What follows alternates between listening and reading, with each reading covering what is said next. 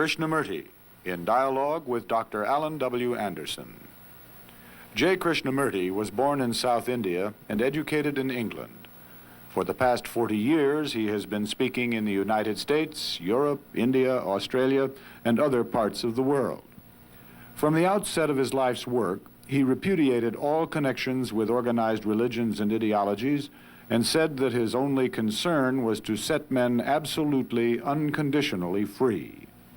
He is the author of many books, among them The Awakening of Intelligence, The Urgency of Change, Freedom from the Known, and The Flight of the Eagle. This is one of a series of dialogues between Krishnamurti and Dr. Alan.W.Anderson, who is professor of religious studies at San Diego State University, where he teaches Indian and Chinese scriptures and the oracular tradition. Dr. Anderson, a published poet, received his degree from Columbia University and the Union Theological Seminary. He has been honored with a Distinguished Teaching Award from the California State Universities. Mr. Krishnamurti, in our previous conversation, I was extremely delighted, for myself at least, that we had made the distinction in terms of the relation between knowledge and self-transformation, between, on the one hand, the relationship that I sustain to the world, as the world is me and I am the world, and on the other hand, this dysfunctional condition which indicates in your phrase that a person is involved in thinking that the description is the described. It would appear then that something must be done to bring about a change in the individual. And going back to our use of the word individual, we could say, and you used the word earlier, that we are dealing with an observer. So if the individual is not to make the mistake of taking the description for the described, then he must, as an observer, relate to the observed in a particular way that is totally different from the way he has been in his confusion. I thought perhaps in this particular conversation, if we pursued that, it would be a link directly with what we had said prior. What we said previously, wasn't it that there must be a quality of freedom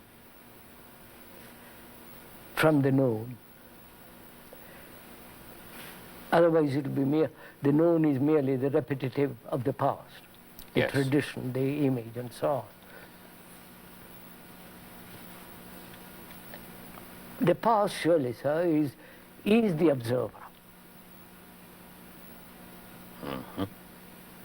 Past is the accumulated knowledge as the me and the we, they and us. Is this, the observer is put together by thought as the past. Thought is the past. Thought is never free. Thought is never new, because thought is the response of the past as knowledge, as experience, as memory. Yes, I follow that. And the observer, when he observes, is observing with the memories, experiences, knowledge, hurts, despairs, hope, all that, with all that background, he looks at the observed. So the observer then becomes separate from the observed. Is the observer different from the observed, which we'll go into presently later on. Yes, right. That leads to all kinds of other things. So, when we're talking of freedom from the known, we are talking about the freedom from the observer. The observer, yes. And the observer is the tradition, the past, the conditioned mind that looks at things, looks at itself, looks at the world, looks at me, and so on. So the observer is always dividing. The observer is the past, and therefore we cannot observe wholly. Mm-hmm. If a person uses the first person pronoun, I, while he's taking the description for the described, this is the observer he refers to when he says I. Yes, yes, yes. Please I do go on. is the past. I see. I is the whole structure of what has been. The remembrances, the memories, the hurts, the various demands, all that is put together in the word, the I, who is the observer. And therefore, division. The observer and the observed. The observer who thinks he's a Christian and observes a non-Christian or a communist, is this division, this attitude of mind which observes with a conditioned responses, with memories and so on. So that is the known. I see. I mean, I think that is logically so. Oh no, it follows precisely from what you've said. Yes. So we are asking, can the mind or the whole structure, can the mind be free from the known? Otherwise, the repetitious action, repetitious attitudes, repetitious ideologies will go on, modified, changed, but it is in the same direction. So No, do go ahead. I was just going to say something, but I think I'll let it wait until you finish what you've said. So, what is this freedom from the known? I think that's very important to understand, because any creative action, I'm using the word creative in its original sense, not in the sense creative writing, creative Yeah, I know bakery, creative essay, creative pictures. I'm not talking in those sense. In the deeper sense of that word, creation means something totally new being born. And it's not creative, it's merely repetitive, modified, changed, what the past.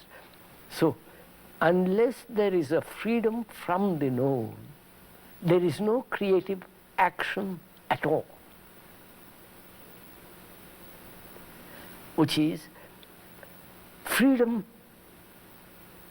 implies not the negation of the known, but the understanding of the known, and that understanding brings about an intelligence which is the very essence of freedom.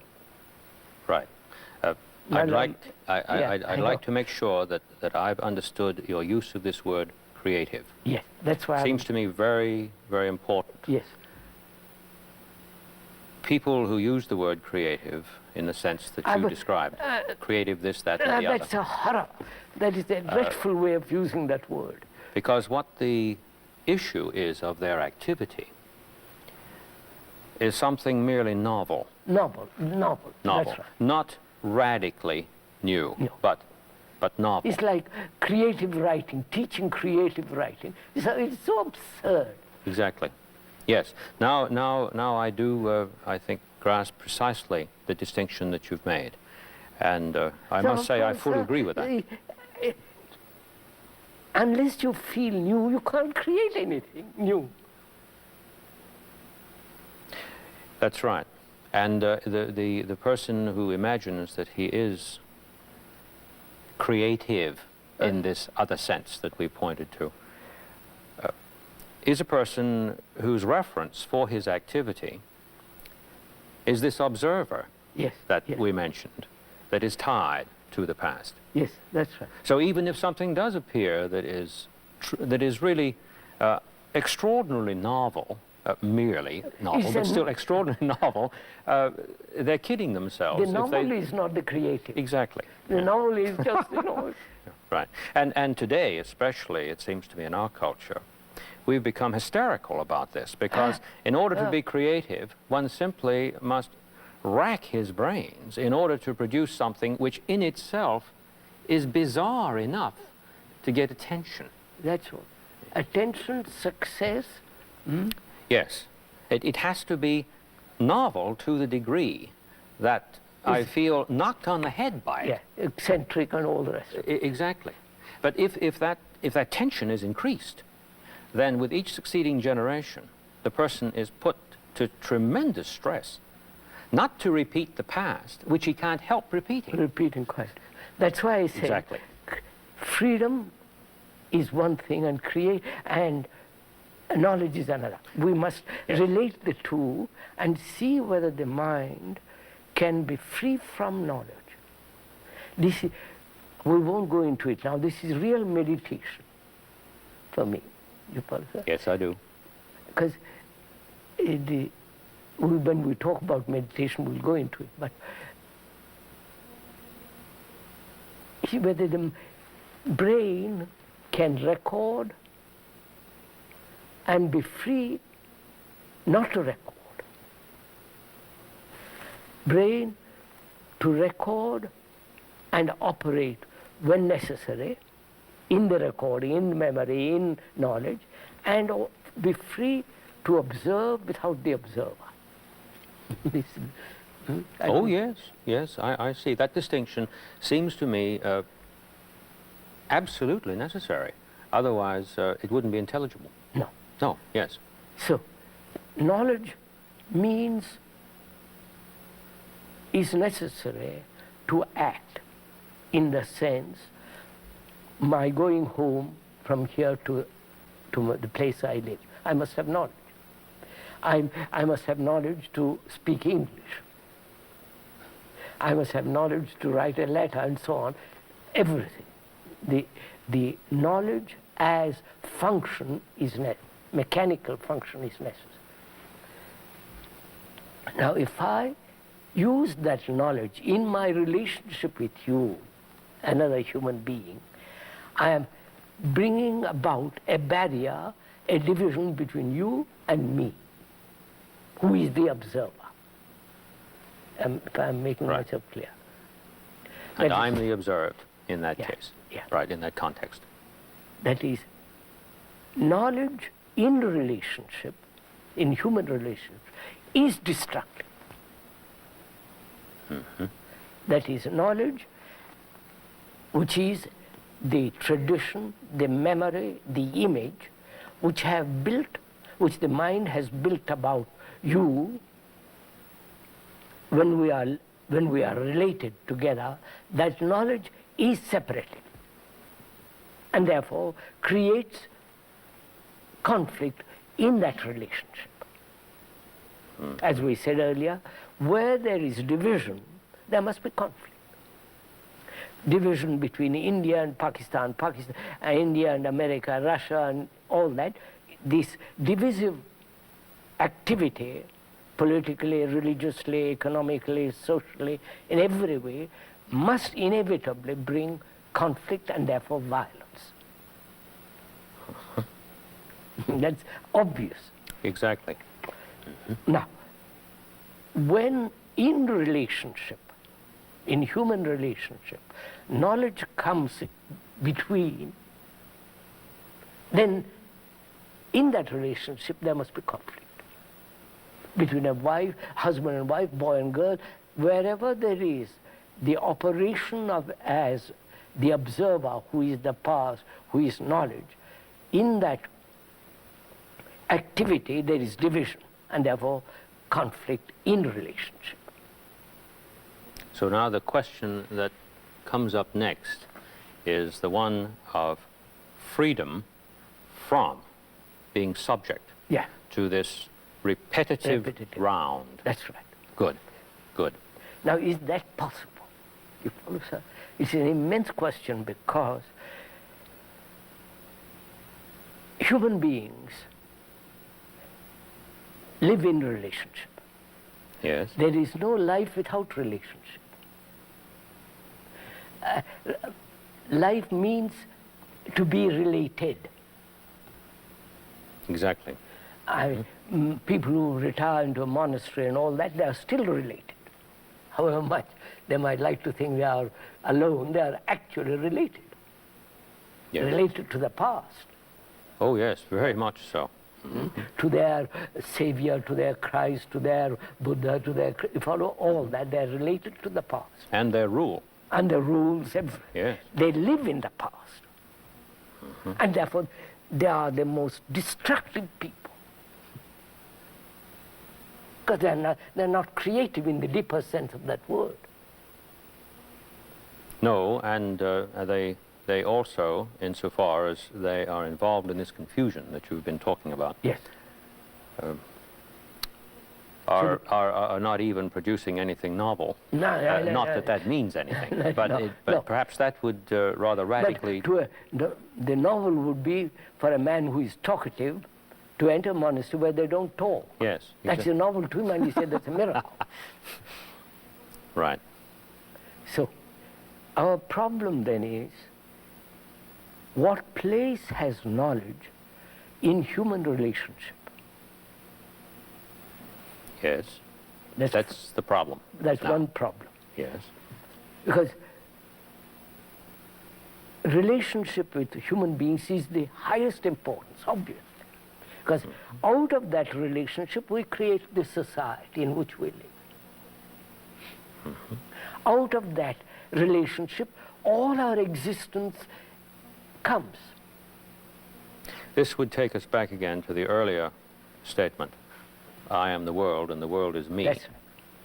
That is a statement about relationship. Yeah, It's a statement about many other things of too, course. but that is a statement about relationship. The statement, the description is not the described, is the statement of the rupture of the relationship That's right. in terms of everyday activity. So, everyday activity is my life, is our Everything. life. Yes, precisely. Whether I go to the office, factory, or drive a bus, or whatever it is life, living. But it is interesting, isn't it, that even when that rupture is undergone at a very destructive level, what we've called thought in the context of our description of it and image becomes itself even distorted. Of course, of course. So that the distortion that we've been calling knowledge in terms of its application, not what you described as I need to know how to get from here to there. No, of course. Can itself suffer an even worse condition Quite. than we are presently related to? And we have tomes upon tomes about that pathology in itself, don't we? Yes, yes. Please do go on. So, knowledge and freedom, they must both exist together. Not freedom and knowledge. It's the harmony between the two. The two operating all the time in relationship. The knowledge and the freedom in harmony. In harmony, it's like they can never be divorced. If I want to live with you in great harmony, which is love, Yes. which when we'll discuss that later on, there must be this absolute sense of freedom from you, not dependency and so on, so on, so on. This absolute sense of freedom and operating at the same time in the field of knowledge. Exactly. So somehow this knowledge, if I may use a theological word here without prejudicing what we're talking about. If in correct relationship with this freedom, it's somehow continuously redeemed, it is somehow operating no longer destructively, but in coordination with the freedom in which I may live, because we haven't got to that freedom yet. We've just posited the freedom. That's why exactly. we have somewhat analyzed or discussed or opened the question of knowledge. Yes. And we haven't gone into question of freedom, what it means. Mm-hmm. No, but we have established something, I think, that this conversation so far has revealed, which is terribly important, at least I'd say for my students, in terms of helping them not to misunderstand what you're saying. Quite. I have the feeling that, that many persons, because they're not sufficiently attentive to what you say, simply dismiss many statements you say out of hand as impossible, as either impossible or if they like the aesthetics of it, it still doesn't apply to them. It's a lovely thing out there. Now, wouldn't it be great if somehow we could do this? Yes, quite. But you see, you haven't said that. You haven't said what they think you've said.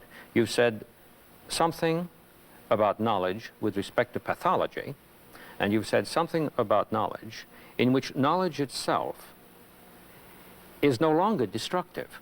No. So we're not saying that knowledge as such is the bad guy and something else is the good guy. No. I think it's terribly important that that's seen. Yes, sir. And that's what I wouldn't mind it being repeated over and over again. No, quite. Because I do heartily feel that you see, sir, it's easy to misunderstand. That's very important, because religion, at least the meaning of that word, is to gather together to be attentive. That is the true meaning of that word, religion. I've looked up at Oh, yes, I agree. gathering together all energy to be attentive. Yeah, Yes. to be attentive. Otherwise, it's not religion. Religion is just all the thing. So, and we'll discuss that when we come to it. So, freedom means this sense of complete austerity and sense of total negation of the observer. Exactly. Mm-hmm. Out of that comes austerity, everything else. We'll go into that later on. But austerity in itself doesn't produce it. And now, So we've turned that upside down. Right. Yes. Austere Right. means, really, the word itself means ash, Yes. dry, brittle. But the austerity of which we're talking about is something entirely different.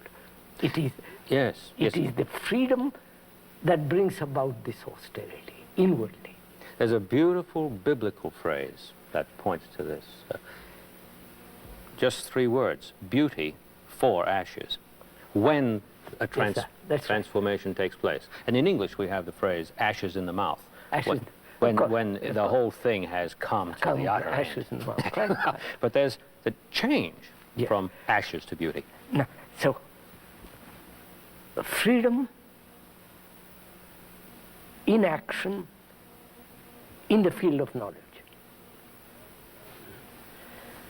and in the field of human relationship, because that is the highest importance, human relationship. Oh, yes, yes. Oh, yes, particularly if I'm the world and the world is me. I mean, obviously. Yes. So, what place has knowledge in human relationship? Knowledge in the sense, past experience, tradition, image. Yes. What has the observer, who is the observer, all that is the observer, what place has the observer in human relationship? What place has knowledge? On the one hand, what place has the observer? And observer is the knowledge. Is the knowledge. Yeah. But there's the possibility of seeing knowledge, not simply negatively, but in coordination, in true creative relationship. I put it, Right. I said that. Exactly. That is, I am related to you. Let's, to make it very simple. I'm related to you. You're my brother or whatever it is, husband, wife, whatever it is. And what place has knowledge as the observer, which is the past, and knowledge is the past, what place has that in our relationship? If our relationship is creative, in And the it sense... is not. Not if. We must take it actually as it is. I am related to you. I am married to you. I am your wife or husband, whatever it is. Now, what is the actuality in that relationship? The actuality, not theoretical actuality, but the actuality is that I am separate from you.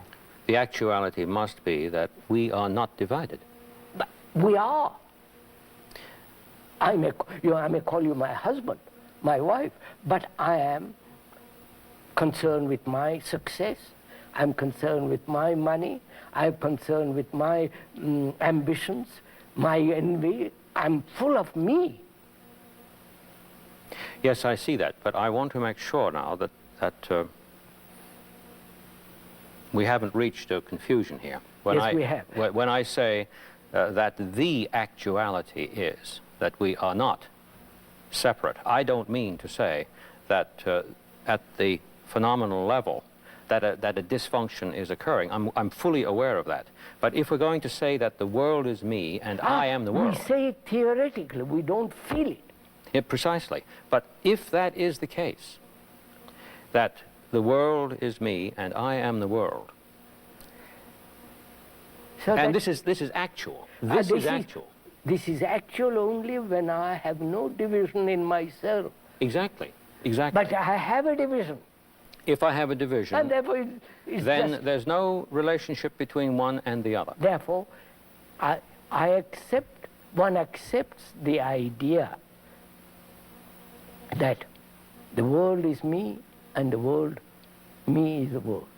That's just an idea. Look, sir. Yes, I understand. But And if and when it happens, No, wait, just see what takes place in my mind. What takes in mind. I make a statement of that kind. The world is you and you are the world. The mind then translates it into an idea, into a concept, and tries to live according to that concept. exactly. It has abstracted from reality. This is knowledge in the destructive sense. That is what's going, I won't call it destructive or positive. This is what's going on. Well, let's say the issue from it is hell. Yes, yes. So, in my relationship with you, what place has knowledge, the past, the image, which is the observer, all that is the observer, what place has the observer in our relationship? Actually, the observer is the factor of division. Right. And therefore, the conflict between you and me. This is what's going on in the world, every day. Then one would have to say, it seems to me, following the conversation, point by point, that the place of this observer, understood as you've pointed it out, is the point of this relationship. Is the point where there is really actually no relationship at all. I may sleep with my wife or you may sleep, and so on, but actually there is no relationship. Because I have my own pursuits, my own ambitions, my own all the idiosyncrasies and so on, and she has hers. So we are always separate. And therefore always in battle with each other. Which means the observer as the past is the factor of division. Yes. I was just wanting to be sure that the phrase, is the place, what is the place of the observer, was understood in the context of what we're saying. We have made the statement that there is such a thing. Yes. Well, its place as such would seem to me not to be what we usually mean by its occupying a place. Yes. We're talking rather about an activity here that is profoundly disordered. As long as there is the observer, Yes. there must be conflict in relationship. Yes, I follow that. Wait. Yes. No, see what happens. I make a statement of that kind. Someone will translate into an idea, into a concept, and say, how am I to live that concept? The fact is, he doesn't observe himself as the observer. That's right. That's right. He is the observer looking out there, making a distinction between himself And the making statement. Right, making a division. Division. Now, so, has the observer any place at all in relationship? I say no. The moment he comes into existence in relationship, there is no relationship.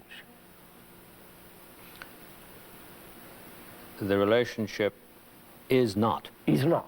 That's It's right. not something that is in disrelationship. Yes, that's right. We're talking about something that in fact does not even exist. Exist.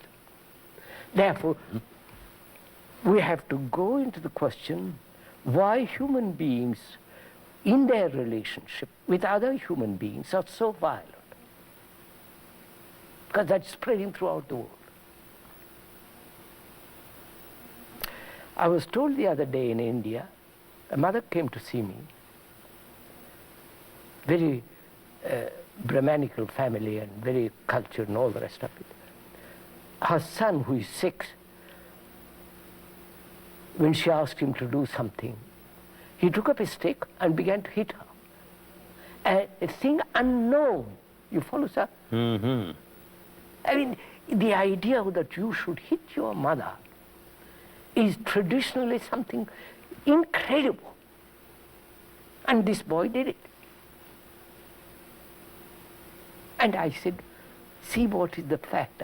We went into it, she understood, so on. So, to understand violence, one has to understand division. The division was already there. Yeah. Otherwise, he would not have picked up the stick. Division between nations, you follow, sir? This race from armaments is one of the factors of violence, which is, I'm calling myself American, and others calling himself Russian or Hindu or whatever it is. This division is the factor of real violence and hatred. If a mind, when a mind sees that, he cuts away all division in himself. He's no longer a Hindu, American, Russian, he's a human being with his problems, which is then he's trying to solve, not in terms of India or in America or Russia. So that's, so we come to the point, can the mind be free in the relationship, which means orderly, Yes. not chaotic, No, no. orderly? It has to be, otherwise Okay, you couldn't use the word relation. No. Yes. So can the mind be free of that? Free of the observer. So If not, there's no hope. that's the whole point. If not, we've had it. Yeah. And all the escapes and going off into other religions, doing all kinds of tricks, and no meaning. Now, this demands a great deal of perception, insight, Yes. into the fact of your life, how one lives one's life. After all, philosophy means the love of truth, love of wisdom, not the love of some abstraction. Oh, no. Oh, no, no, no, no. Wisdom is supremely practical. Practical. Therefore, here it is. That is, can a human being live in relationship, in freedom, and yet operate in the field of knowledge? And yet operate in the field of knowledge. Yes. And be absolutely orderly. Otherwise, it's not freedom. Because order means virtue, Yes. Yes. which doesn't exist in the world at the present time. There is no sense of virtue in anything. They will repeat. Virtue is a creative thing, is a living thing, is a moving thing. I'm thinking, as you're saying this, about virtue, which is really power, which is really the ability to act. And if I'm following you correctly, what you're really saying, and please correct me if I'm way off here, what you're really saying is that the ability to act in the strict sense,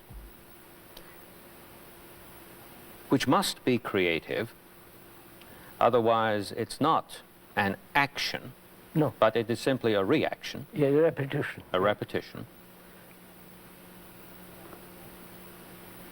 that the ability to act, or virtue as you put it, bears with it necessarily the implication of order.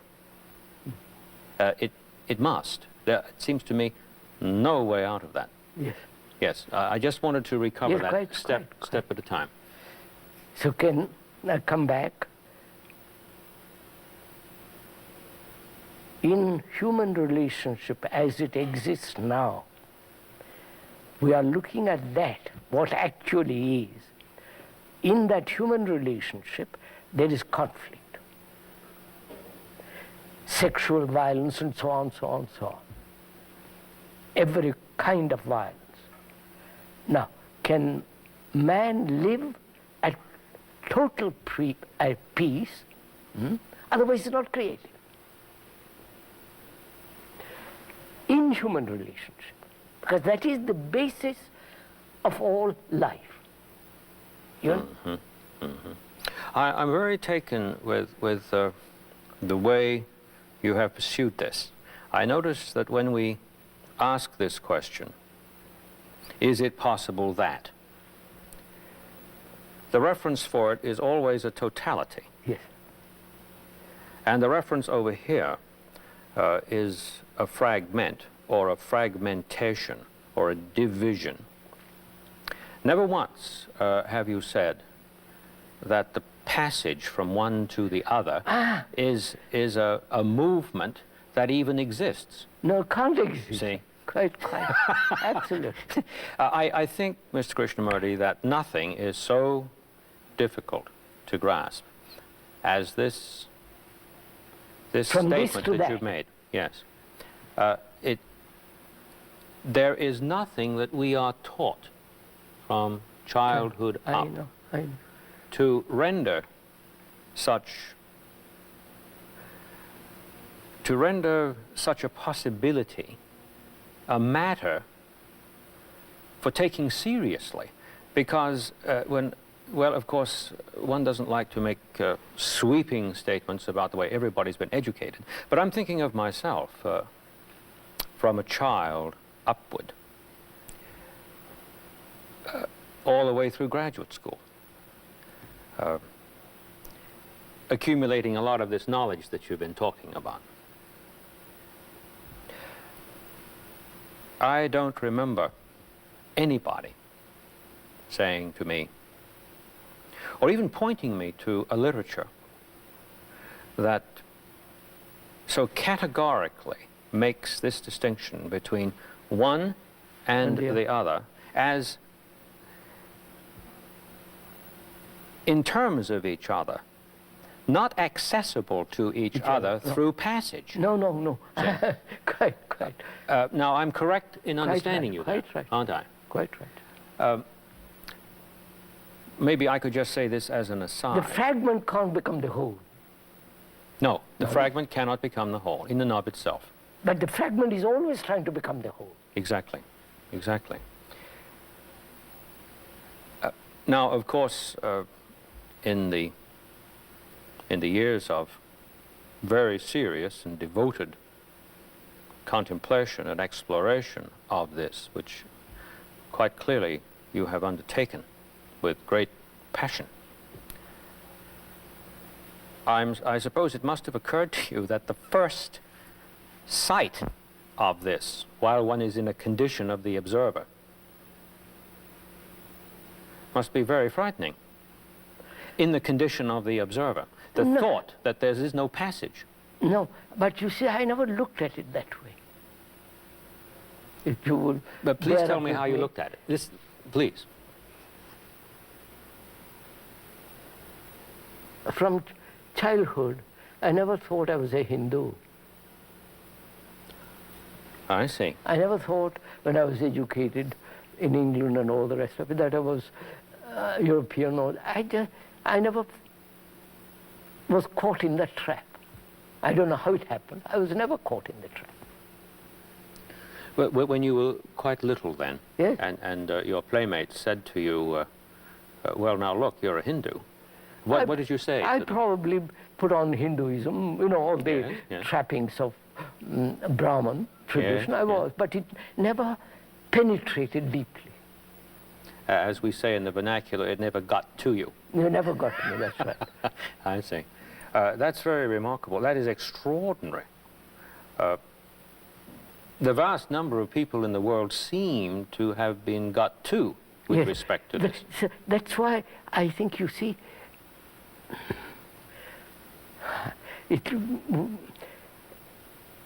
propaganda has become the means of change. Yes. Propaganda is not truth.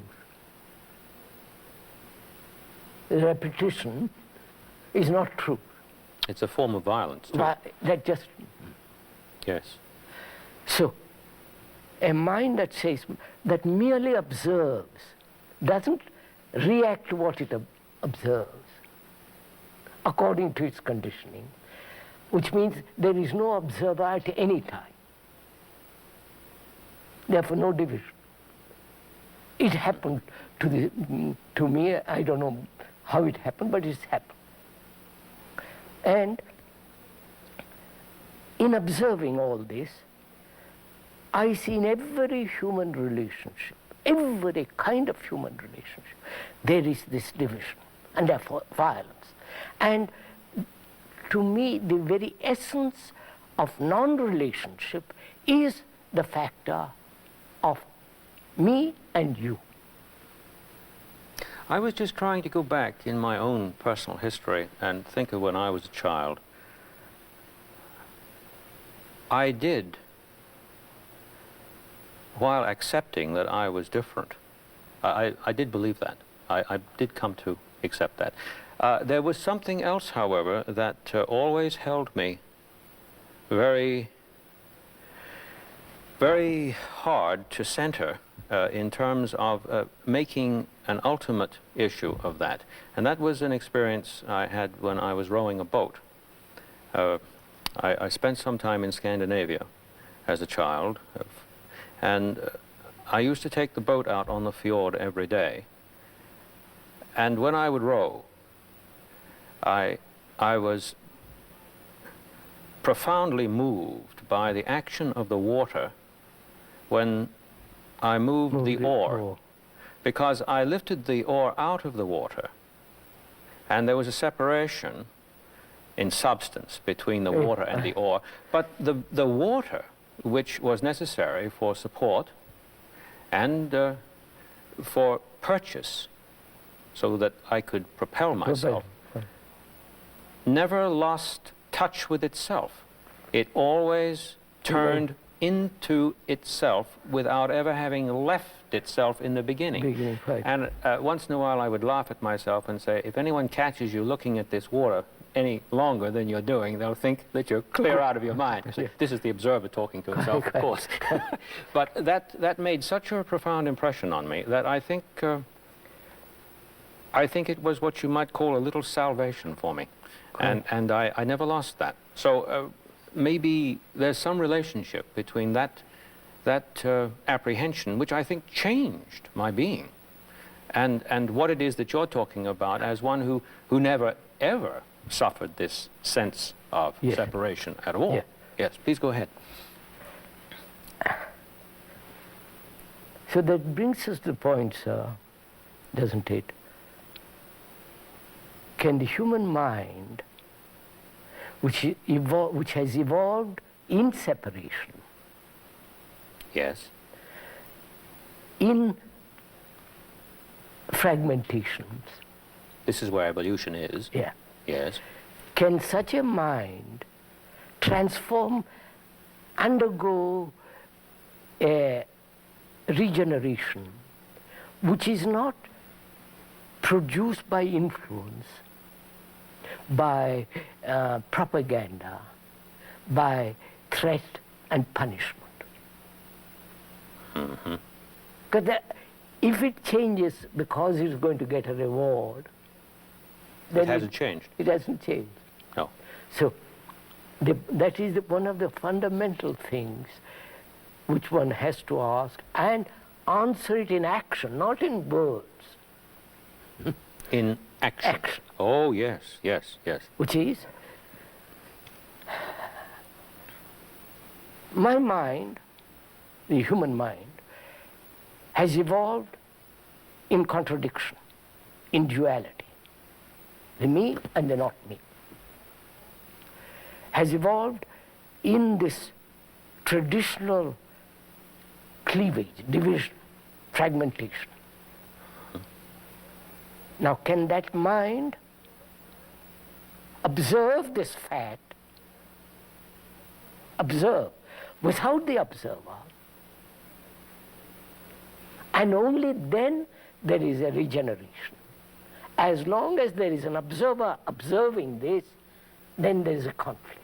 I don't know if I make it. Yes, you do. You make yourself very clear on two levels. On the level of discourse alone, which I know is not your major concern, on the level of discourse alone, it necessarily follows that it must be the case that this possibility exists. Otherwise, we would be talking nonsense. But then the agony of the situation at large that we have been describing is simply that whether this can be done or no never occurs to a person, and in the absence of it even occurring, the repetition is going to continue indefinitely, and things are going to get worse and worse. So the difficulty is most people won't even listen. I'm sighing. I know that. Won't listen. If they do listen, they listen with their conclusions. If I'm a communist, I will listen to you up to a point. After that, I won't listen to you.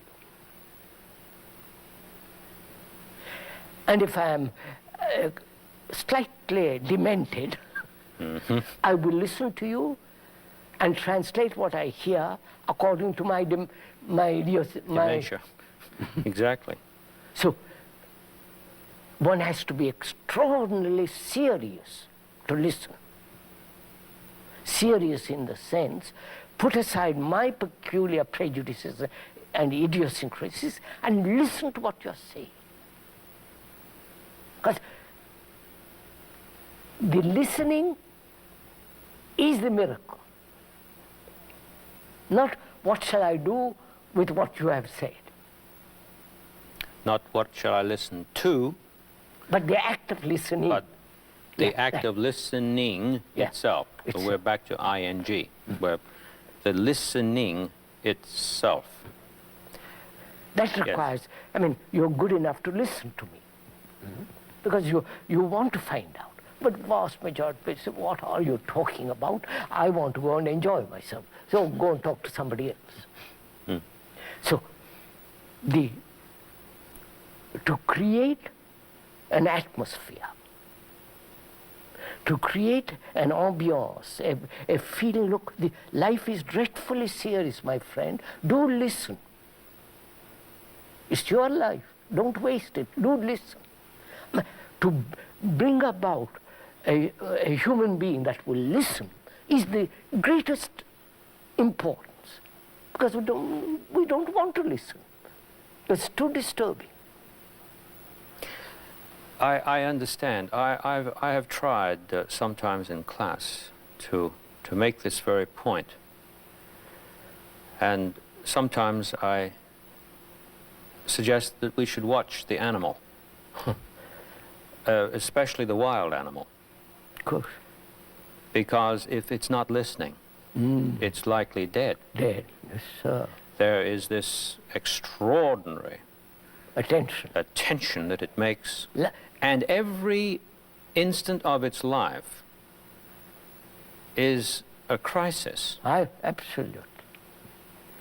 You see, but And you know what happens? The eyes out there show in the main that they're thinking I'm talking about animal psychology. Correct. I'm not talking about psychology at all. I know. I'm talking about what is the case, which is either or, and there isn't any way to get from either to or. That's what I mean. So I think I understand you. see, so in America, what is happening is now, as I observe it, and I may be mistaken, they're not serious. They're playing with new things, something entertaining. Go from one thing to the other. And they think this is searching. Searching. Yes. Searching, asking, but they get caught trapped in each one of them. Yes. And by the end of it, they have nothing but ashes.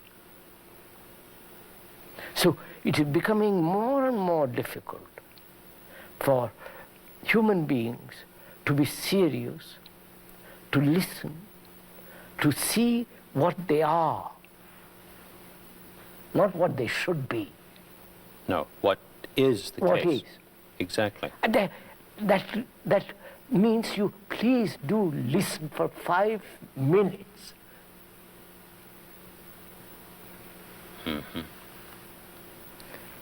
In this conversation, you're listening because you are interested in it. You want to find out. But the vast majority of people, they say, for God's sake, leave me alone. I have my little house, my wife, my car, my yacht, or whatever it is. For God's sake, don't change anything as long as I live. You know, going back to what I do know something about, namely the academy, because I'm situated there in terms of day-to-day activity. I've often remarked to myself in attending conferences where papers are read that nobody's listening. It's one long monologue. And after a while you get the feeling that it really is a shocking waste of time. Yes. And then even to sit down and have coffee, the discussion, say, between classes usually runs on the basis of babble. We're just talking about things that we're not genuinely interested in order to fill up space. This, however, is far more serious a matter than simply a description of what's going on. It's a matter of, I feel, it's a matter of life and death. Exactly. It's the house is burning. I've got to do something. Right. It isn't, I'm going to discuss who burnt the house, No, no. what color his hair was, whether it's black or white or purple. I want to put that fire out. Yeah. Or And will if they- such and such had not happened, the house would not be burned. I mean, that's all. Right. I know. And I feel it's so urgent because I see it in India, I see in Europe and America, everywhere I go to, this sense of slackness, sense of, despair and sense of hopeless activity that's going on. So to come back to what we were saying, relationship is the highest importance. When in that relationship there is conflict, we produce a society which will further that conflict through education, through national sovereignties, through all the rest of it that's going on in the world. So a serious man, serious in the sense who is really concerned, committed, must give his total attention to this question of relationship, freedom, and knowledge. If I've heard you correctly, and I don't mean by that words that have passed between us, but if I have truly heard you, I've heard something very terrifying. That this disorder that in part we have described has a built-in necessity in it. As long as it persists, it can never change. It can never change. Obviously. Any modification of it is Further disorder. is more of the same. Yeah, more of the same. More of the same. I have the feeling, and I hope I've understood you correctly, that there's a relationship between the starkness of this necessity and the fact that there cannot be a gradual progress, or as a philosopher would put it, something like essential progress. But nevertheless, there is some demonic progress that takes place within this disorder. That is not so much a progress as it is a proliferation Yes. of the same. Yes. And necessarily so. Quite. Isn't that what you've been saying? Yes, yes. Necessarily so. You know that word progress, I was told the other day, meant entering into enemy's country fully armed. Really? Oh, progress is entering into an enemy's Country fully armed. fully armed. Dear me. Sir, this is what's happening. Oh, I know. Next time we converse, the next time, I would like very much, if you'd be good enough, to pursue precisely what we have just come to, Yeah. namely this necessity, and the necessity that produced that statement. Yes, quite. Right.